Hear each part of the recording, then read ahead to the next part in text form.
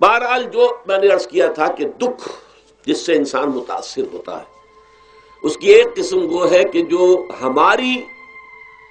ہمارے ارادہ اور اختیار سے باہر اللہ کی مشیت سے، اللہ کے اذن سے، اللہ کی مرضی سے آتا ہے.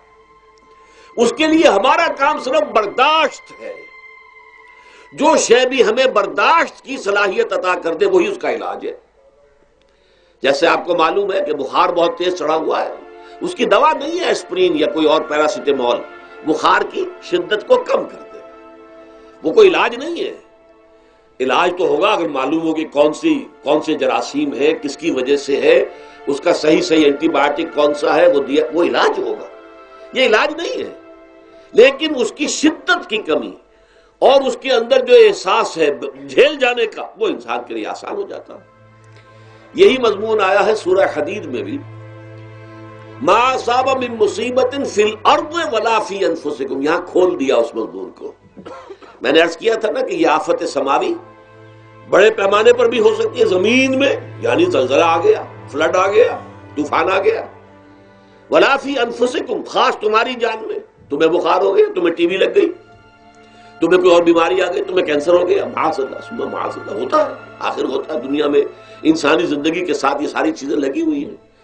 لیکن یہ چیزیں ما اصاب من مصیبت فی الارض ولا فی انفسکم، نہیں پڑتی تم پر کوئی پڑنے والی کوئی مصیبت، کوئی تکلیف، نہ پوری زمین میں بڑے پیمانے پر، نہ تمہاری جانوں میں انفرادی سطح پر، الا فی کتاب من قبل ان نبراہا، مگر یہ کہ وہ تو ایک کتاب میں، کتاب اللہ کے علم کی کتاب، ام الکتاب، اس میں پہلے سے درج موجود ہے. یہ الل ٹپ نہیں ہو گیا، یہ اچانک نہیں ہو گیا. آپ اچانک سمجھتے ہیں کہ صاحب میں تو جا رہا تھا، اچانک ٹرک نے آ کے مجھے دھکا مار دیا. اچانک کوئی شے یہاں نہیں ہوتی. اس کائنات میں پتا تک نہیں ہلتا جب تک کہ اس نے رب نہ ہو. اچانک کا کیا سوال ہے؟ تو در حقیقت جو ہوتا ہے وہ اللہ تعالیٰ کے علم میں پہلے سے ہے. علم کامل، ما کان وما یکون، جو کچھ ہوا ہے، جو کچھ ہوگا، مستقبل، ماضی، کل کا کل آنے واحد میں اللہ کے علم میں موجود ہے. لہذا یہاں اچانک کچھ نہیں ہوتا. جو بھی آیا ہے اللہ کے اذن سے آیا ہے، اور یہ پہلے سے اللہ کے علم کے اندر موجود تھا، لکھا ہوا تھا. الا فی کتاب من قبل ان نبراہا ان ذلک علی اللہ یسیر. یہ تمہیں تو مشکل نظر آئے گا لیکن اللہ پر بڑا آسان ہے. اللہ کا علم کامل، ما کانا ما یکون کو حاوی ہے. لِكَيْ لَا تَأْسَوْا عَلَىٰ مَا فَاتَكُمْ، تاکہ تم افسوس نہ کیا کرو ان چیزوں پر جو تم سے چھوٹ جائیں، جاتی رہیں، چھن جائیں. کوئی موقع تھا ہاتھ سے نکل گیا، کوئی دولت تھی اس پر ڈاکہ پڑ گیا، کوئی اور مصیبت ہے وہ آ گئی، کوئی عزیز فوت ہو گیا، اکلوتا بیٹا تھا فوت ہو گیا، وغیرہ وغیرہ. ما فاتکم، فات سے ہی فوتیدگی ہے نا. جو شے بھی نکل جائے، چلی جائے، ہاتھ سے جاتی رہے، چاہے وہ کوئی آپ کا عزیز تھا جو فوت ہو گیا تو آپ کے ہاتھ سے نکل گیا، یا کوئی مال تھا جو آپ کے قبضے سے نکل گیا، ڈاکہ پڑ گیا، چوری ہو گئی، نقصان ہو گیا کاروبار میں بہت بڑا، اس پر افسوس نہ کیا کرو. اگر افسوس کرو گے تو اس کا مطلب کیا ہوگا کہ تمہیں اللہ پر اعتماد نہیں ہے، یا تم سمجھتے ہو کہ اللہ کے سوا بھی کوئی ہے جو یہ کام کر سکتا ہے. کائنات میں تو ایک ہی کی مرضی چلتی ہے، وہ ہے اللہ. لہذا اگرچہ وہ کسی کے ذریعے سے تکلیف آپ کو پہنچی ہے، کسی نے آپ کو پتھر مارا ہے، وہ پتھر ہو سکتا ہے آپ کو نہ لگتا، لگ گیا ہے تو اللہ کے فیصلے سے لگا ہے. اس کا باپ بھی نہیں پتھر مار سکتا آپ کو اگر اللہ کا اذن نہ ہو.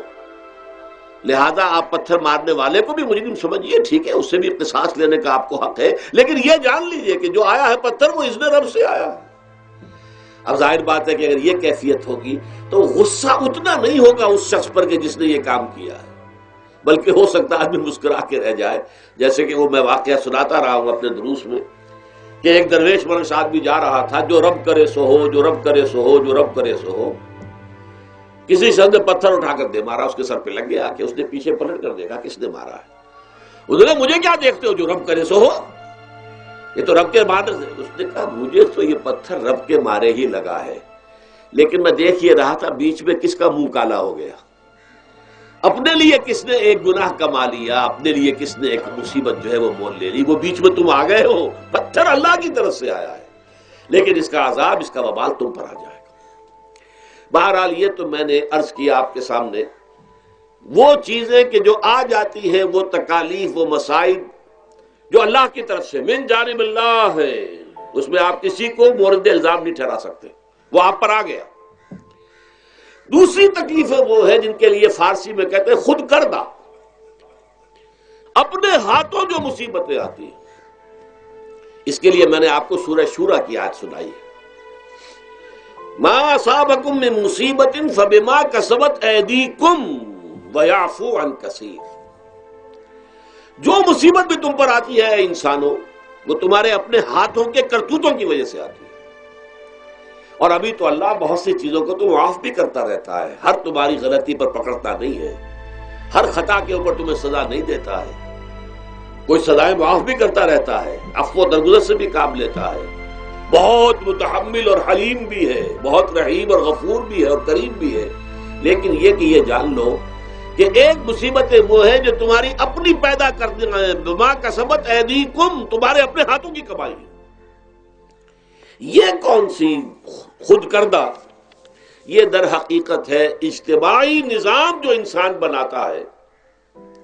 اس اجتماعی نظام کو غلط کر کے اگر اس نے اپنے لیے مصیبتیں کھڑی کر لی، مصیبت ہے لیکن یہ مصیبت تمہارے اپنے ہاتھوں کی لائی ہوئی ہے، تم نے نظام غلط بنایا ہوا ہے، تم نے دولت کی تقسیم غلط کی ہوئی ہے، اللہ نے تو رزق پیدا کر دیا اور سب کے لیے کافی ہے، یہ تم نے کیا ہے کہ ایک طرف کچھ لوگوں کے کھتے بھرے ہوئے ہیں اور ایک طرف کوئی فاقے سے مر رہا ہے۔ یہ خود کردہ ہے، یہ ہمارا کبھی ہے، یہ تم نے نظام غلط بنایا ہے۔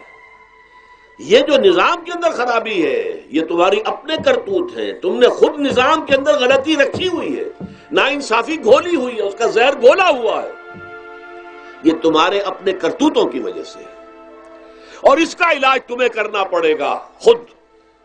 اور وہ علاج کیا ہوگا؟ اور نظام کو صحیح قائم کرو، اللہ کا دیا ہوا نظام، نظام عدل و قسط۔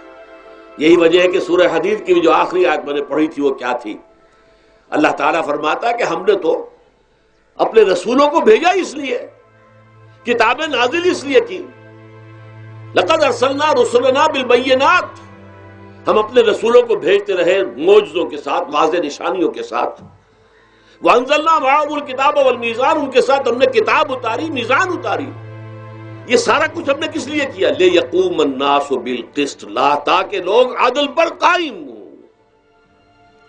اب اگر تم نے اس عدل کے نظام کو چھوڑ کر اللہ کے دیے ہوئے نظام کو تج کر تم نے خود اپنا نظام بنا لیا، تو ظاہر بات ہے سرمایہ دار جب نظام بنائے گا تو وہ مزدور کے بارے میں نہیں سوچ سکتا، اسے تو اپنی مصلحتیں نظر آئیں گی، اس کے سامنے تو اپنا نفع ہوگا، جتنا زیادہ سے زیادہ نفع کما لو، جتنا ان مزدوروں کا خون نچوڑ سکوں نچوڑ لو۔ زمیندار نظام بنائے گا تو وہ بیچارے کاشتکار، مزارع، ہاری اس کی مصلحت نہیں دیکھ سکتا، وہ تو کہے گا مجھے اپنے بچوں کو انگلستان بھیجنا ہے تعلیم کے لیے، مجھے اپنے لیے جو ہے اسلام آباد میں بھی بنگلہ بنانا ہے اور بری میں بھی بنانا ہے، اور پھر مجھے تو ایئر کنڈیشن بنگلے چاہیے ہر جگہ پر، وہ تو اپنے مصلحت کو دیکھے گا۔ وہ غریب کے ساتھ کیا بیت رہی ہے جو دن رات کی محنت اور مشقت کر رہا ہے، جس نے ہل چلایا ہے، جس نے بیج ڈالا ہے، جس نے پانی دیا ہے، جس نے فصل کی دیکھ بھال کی ہے، جس نے پھر فصل کاٹی ہے، اس کے لیے تو بمشکل 2 وقت کا گزارا، وہ بھی بمشکل، اور اس کے علاوہ نہ اس کے بچے کے لیے علاج معالجے کی کوئی سہولت ہے، نہ اس کی اولاد کے لیے تعلیم کی کوئی کا بندوبست ہے، لیکن یہ کہ اسی کی محنت کے نتیجے میں عیش اڑا رہا ہے وہ زمیندار اور جاگیردار، ان کے محل ہیں، ایئر کنڈیشن ہے، ان کے بچے انگلستان اور امریکہ میں تعلیم حاصل کرتے ہیں، اب آگے بڑھ کر انہوں نے کارخانے دار بھی وہ بن گئے، وہی لوگ ہیں کہ جو اعلیٰ تعلیم حاصل وہ کرتے تھے وہی بیوروکریٹس بنتے ہیں، انہی میں بڑے بڑے افسر آئیں گے۔ عام آدمی جو ہے وہ تو شاذ نکل آتے ہیں، کچھ لوگ بہت ذہین بچے بھی ہوتے ہیں، غربا کے بچے بھی ہوتے ہیں، کبھی کبھی نکل آتے ہیں، لیکن وہ تو کوئی 1-2 دانے ہوں گے ایسے جو بہت ہی انتہائی طور پر غیر معمولی طور پر ذہین ہو۔ عام بچہ کہاں کرے گا، کیسے جائے گا؟ لہذا وہ پیچھے رہ جائے گا، وہ جونیئر کلرک ہوگا یا بہت تیر مارے گا سینئر کلرک ہو جائے گا، اپر گریڈ کلرک ہو جائے گا، لوور گریڈ کلرک سے بڑھ کر اللہ خیر صلی اللہ۔ یہ کمشنر کون ہوں گے، ڈپٹی کمشنر کون ہوں گے، یہ تو ظاہر بات ہے. اسی سیکریٹری کون ہوں گے؟ یہ 22 گریڈ والے کون ہوں گے؟ 21 گریڈ والے کون ہوں گے؟ ان کی اکثریت انہی لوگوں میں سے ہوگی.